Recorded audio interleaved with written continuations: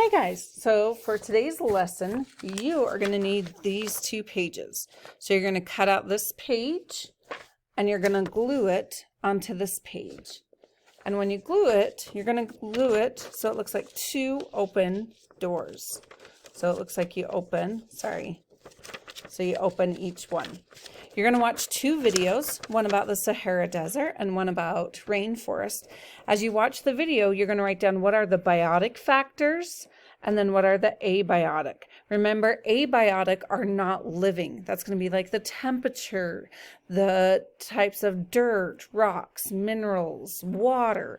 Those things are abiotic factor. The biotic factors are the things that are living. So the types of animals or plants. You need to do the biotic and abiotic factors for both videos, both the Sahara Desert and the rainforest. Hope you enjoy the videos. Talk to you guys later. Bye.